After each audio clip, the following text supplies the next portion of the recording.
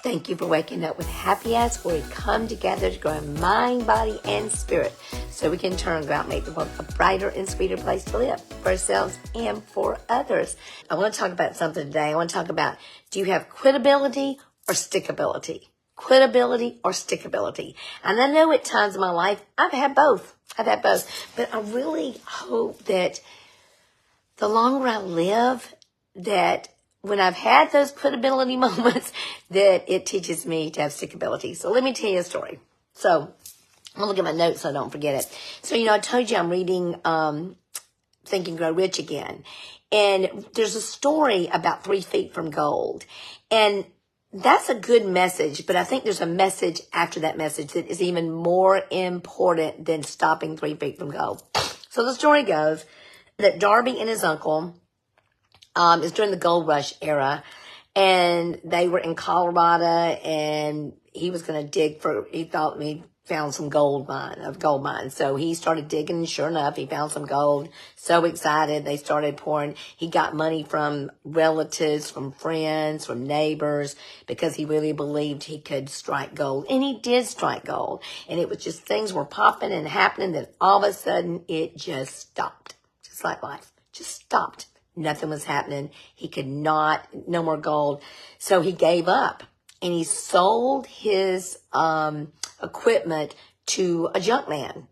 And the junk man, who was used to living there, had good sense. He sought expert advice.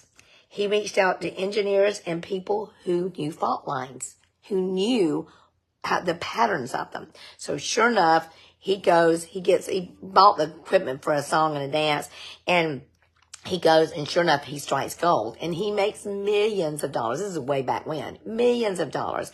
And poor Darby, oh my gosh, I'm sure he was quite upset because he was 3 feet from gold, y'all. 3 feet. 3 feet. Just kept going. 3 more feet. He would be a millionaire. But the story doesn't stop there. And this is the best part of the story to me.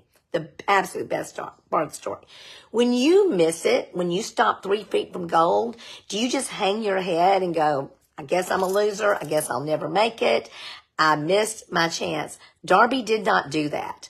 Darby decided that he was going to use what had happened to him and do something different. He was going to use it. He was only 3 feet from gold.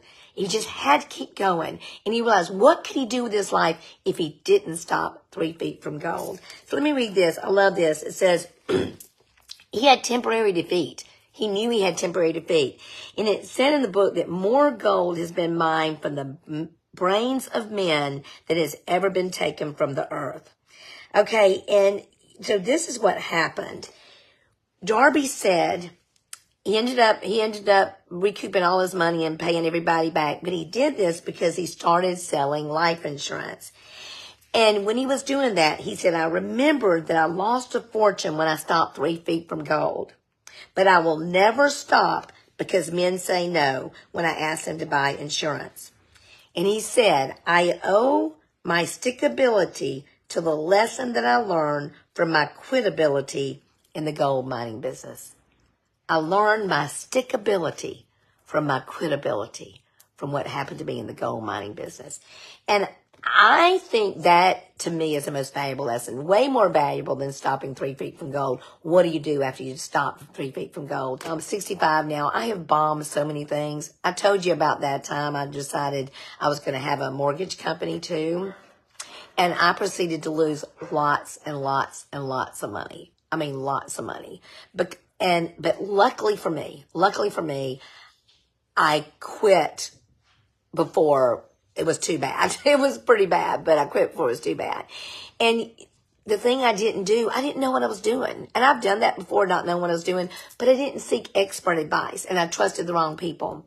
And so I implore you, if you have lost something or if you've quit something 3 feet from gold, that doesn't mean that you can't do something else. In fact, it means that you probably are ripe for doing something else because you have the ability and you've also learned the stickability instead of the quitability. So here we go. Let's do affirmation. And it's called Stickability. I have developed a keen sense of stickability. I am persistent. I am capable. I don't quit. When I am faced with trials and problems, they energize me. I am persistent. I am capable. I don't quit. When faced with adversity, I know it is a gift. It is preparing me for my next.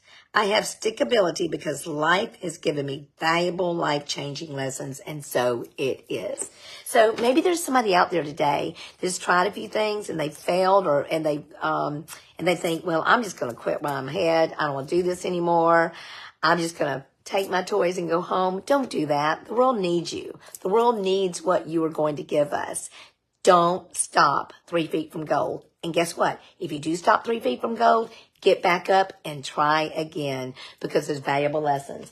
I want to read just something that they said in this book that was so wonderful. Let me go back. Okay. Before success comes in any man's life, he is sure to meet with much temporary defeat and perhaps some failure. When defeat overtakes a man, the easiest and most logical thing to do is to quit. That is exactly what the majority of people do. More than 500 of the most successful men this country has ever known told the author their greatest success came just one step beyond the point at which defeat had overtaken them.